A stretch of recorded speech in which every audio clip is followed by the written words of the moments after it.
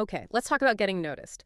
If you're running a business, launching something big, getting featured in those top outlets, TechCrunch, Forbes, the Wall Street Journal, that's not just, a nice to have, it's a massive unlock.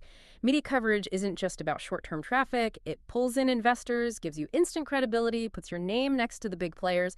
It's really that social proof money just can't buy. It really is. And when you decide to announce something significant, you're not just shouting into the void. You're being strategic. You're using that announcement as a real tool for growth, for scaling up.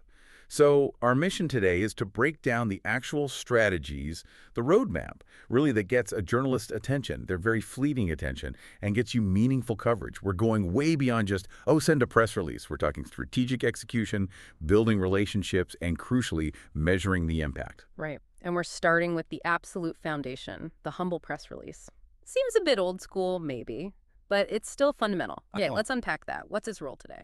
Well, think of it as your official, formal communication tool. It's the standard briefing document, It bridges the gap between your news could be a product, funding, a new hire, and the journalists who need to tell that story to their audience. It's the single source of truth. And the reason reporters still lean on them, even with Twitter and everything else, is this whole silver platter idea, isn't it? Journalists are just swamped. Hundreds of pitches, tight deadlines, a good press release. It cuts through the noise. It gives them the info packaged up, ready to use. Exactly. It's about convenience for them. They get the critical details, the approved facts, the context, even the quotes they need. Saves them time. If you save a reporter an hour on fact-checking or chasing down a quote, your chances of getting covered shoot way up. Plus, using that format signals you're professional. You know the rules of the game. But the flip side is, you can't just blast these out for minor stuff, right? You have to save it for something genuinely newsworthy. Otherwise, you just train reporters to ignore you. Absolutely. Don't cry wolf. We see it all the time, releases for tiny updates. It has to offer real value or signal a real market shift, the best ones. They cover milestones that actually move the needle. Think truly innovative product launches that solve a big existing pain point. Yeah. Or major company milestones. Like what kind of milestones? Substantial funding rounds, we're talking millions, usually. Big strategic partnerships. Major expansions, maybe into new countries. Also things like winning a really prestigious award or publishing some groundbreaking research. And high-profile hires, especially if they're coming from a competitor. Or big changes like mergers, acquisitions, stuff that actually reshapes the landscape. If there isn't a strong why now, it's probably just internal noise, not news. Okay, so we know when to use it. Now, execution. This is where it gets tricky. The quality of the writing, the structure, that's often the difference between success and, the digital trash bin. Totally. It really is. Let's start with the headline. That's the gatekeeper, right? The first filter. It needs to pack the most compelling bit into, 10 or 12 words, and focus on the outcome or the benefit, not just the feature itself. Yeah, we see so many flat headlines. Company X launches new cloud software. Okay, so what? A strong one sounds more like, Company X have data entry time for small businesses with new AI tool? See, that immediately tells everyone, especially the reporter's audience, why it matters. Lead with the value. Makes sense. And right after that killer headline, the lead paragraph, those first 2 or 3 sentences, that's your elevator pitch in writing. It has to expand on the headline, quickie answer. Why should I care? Because the journalist is making that call in seconds, literally seconds. That speed factor brings us to structure. This feels technical, but you said it's maybe the most crucial part. That silver platter info, what absolutely has to be right at the top. We call them the 6 fundamentals. And yeah, front load them. If a journalist on deadline can't find this info in 15 seconds, they're gone. Moving on. Right. So clearly state, who is announcing? What exactly is the news? When does it happen or launch? And yes, include the time zone, please, where physical place or online. Why does this matter? What problem does it solve? And how does it work? What's the mechanism? And if you bury something like the launch date, say paragraph 3, they might miss it or get it wrong. Or assume it's already out or months away. Yeah, it leads to bad timing or they just skip it. Putting those 6 things up front, it's just respecting their time. Pure and simple. Okay, facts covered. What about making it human? You mentioned quotes. Right. Strategic quotes. They turn a corporate announcement into more of a story. Aim for 2 or 3 from different angles. Maybe the CEO gives the big picture, the vision. A product lead talks tech specifics. And ideally. Yeah. A customer or an industry expert gives that third-party validation. And the key is that the quotes shouldn't just repeat the facts, right? Definitely not. Yeah. They need to add context, vision, maybe some emotion. Avoid the generic stuff like, we're excited to launch this. It's filler. Contrast that with something specific. Give me that strong example again, the one about saving time. Sure. Instead of, we're excited, try. Our customers told us they were burning 15 hours a week on manual data entry just for one report. This AI tool, it gives them those 15 hours back. They can use that for strategic work, growing the business. It actually changes their work-life balance. That kind of detail, that empathy, that's gold. Reporters use that because it connects with their readers. Okay, good quotes. What about the bigger picture? Connecting the announcement to broader trends. Yeah, that gives it staying power. Look for angles. Is it disrupting a market? Replacing an old system? Does it offer a measurable impact, like, a guaranteed 20% cost saving? Or maybe it's a response to a new regulation or a social need. Connecting it to a larger trend makes it relevant beyond just your company. Got it. Any quick technical tips, like SEO? Just the basics, really. Use your main keywords naturally in the headline, first paragraph, maybe a couple more times in the body. And if you include images or video, use good alt text. Helps with search, helps with accessibility. Okay, content nailed. It's tight, newsworthy. Quotes are killer. Now, getting it out there. Distribution. This is where it gets really interesting, maybe even intimidating. It can seem that way, but it's critical. A great release nobody sees. Worthless. You basically have two main paths, and they work best together. First, the big distribution services. PR, Newswire, Business Wire. They're important because they offer guaranteed reach. They push your release out to thousands of outlets, journalists, news sites all at once. Okay, but hang on. Those services can be really expensive, right? Like thousands for one release. Yeah. Especially for a startup. Is it always worth it? Could you just skip that and focus only on personal pitches? That's a fair question. It's a cost-benefit thing. What you're paying for is that guaranteed placement and speed. Your news hits major aggregators, feeds that reporters actively watch. It gets it available to the max number of journalists simultaneously. For things like big funding rounds or legally required stuff where you need that broad, fast syndication, the cost is often justified.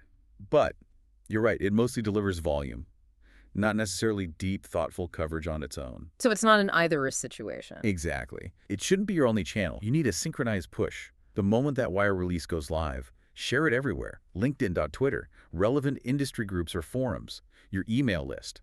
That creates momentum. When a top-tier journalist looks you up, they see that consistent message everywhere. It signals this is real news. It reinforces credibility. Okay, so the wire service and social buzz create the foundation. But you mentioned personalized pitching delivers the really meaningful stuff, the features, the profiles. Absolutely. This is where the real relationship building happens. It's higher effort, sure, but much higher reward. You need to research. Use tools like Muckrack, Cision, even just LinkedIn, to find journalists who already cover your specific niche or topics adjacent to yours. Launching fintech? Don't pitch the healthcare reporter. Pitch the one who just wrote about your competitor. Makes sense. And the absolute critical question for your pitch email isn't just, here's my news. It's gotta be, why does this matter to your specific audience? Hyper-personalize it. Keep the pitch short, 3-4 paragraphs max. Reference a recent article they wrote, prove you did your homework. And attach the press release as a PDF or a Word doc. Don't paste the whole thing in the email. Keep it professional. Okay, now we're getting into the pro-level details. Timing, compliance, measuring success. Let's talk timing first. Getting that Tuesday 10 a.m. slot feels like luck sometimes. More strategy than luck, hopefully. Optimizing timing really can boost visibility. Tuesday through Thursday mornings, generally the best window. We often aim for 10 a.m. or 2 p.m. in the publication's local time zone. There's a reason for that. Oh, yeah. Why those specific times? Well, 10 a.m. is usually good because it's after the initial morning email flood has maybe subsided a bit. Reporters have had coffee, cleared some backlog, and are looking for stories for the day. And 2 p.m. It's often before late afternoon meetings kick in or before they're slammed with end-of-day deadlines. Gives them a decent window to potentially still file something that day if it's compelling. And the times to absolutely avoid. Like the plague. Definitely skip major holidays. Avoid days when huge industry conferences are happening. Your news just gets lost in the noise. And try to steer clear of periods with massive breaking news, big political events, natural disasters, anything dominating the global headlines. Oh, and check calendars. Don't launch the same day your biggest competitor drops their earnings report. You'll just get overshadowed. Right. Okay, before hitting send on anything, wire service, personal pitch, we need to talk about trust. Accuracy is everything for journalists. One mistake can kill your credibility. What's the essential verification checklist? Non-negotiable. Got to be rigid. First, triple check all names and titles. Spelled correctly, especially new execs. Double check every single number. Financial figures, percentages, these are super common errors. Validate all dates and locations. Review any legal claims or regulatory stuff carefully. And maybe most importantly, get explicit approval for every quote from the person it's attributed to. Imagine a reporter calls the CEO and the CEO says, "I never said that." Disaster. Oof, yeah. Okay, so we sent out a clean, fact-checked, well-timed release. Now what? How do we track if it actually worked? You said quality over quantity. How do we measure that quality? Yeah, you got to shift from vanity metrics to impact metrics. Getting listed on 50 sites sounds good, but if it was just automated syndication with zero actual readers, that's volume, not impact. Sure, track the media pickup volume, note down the outlets, their tier, reach, authority, maybe the sentiment. That's useful context. But the real focus should be on engagement metrics. That tells you if the story actually resonated.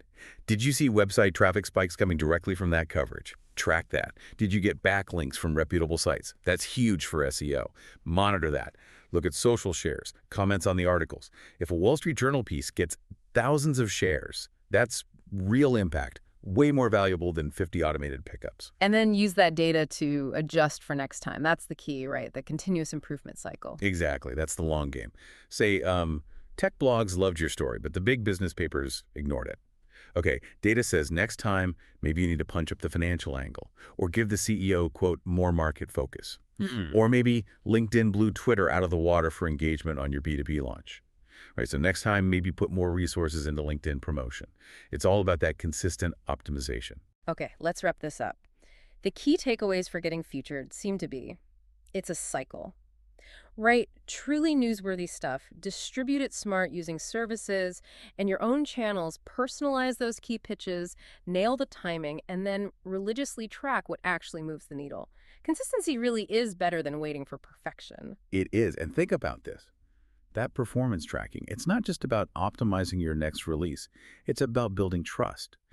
Journalists rely on sources who are accurate and deliver results they can see. The biggest long-term win from any single press release might not even be the initial coverage burst. It's the verified data that proves your impact. That data helps you become a go-to, reliable source for them in the future. They start coming to you for comments on industry trends. That's a powerful thought. So for everyone listening, as you plan your next big announcement, think about this. What's the one specific piece of data you'll commit to tracking after it goes live? Website traffic, backlinks, social shares. Which metric will help establish you as that indispensable expert source for the media down the road? Chew on that one.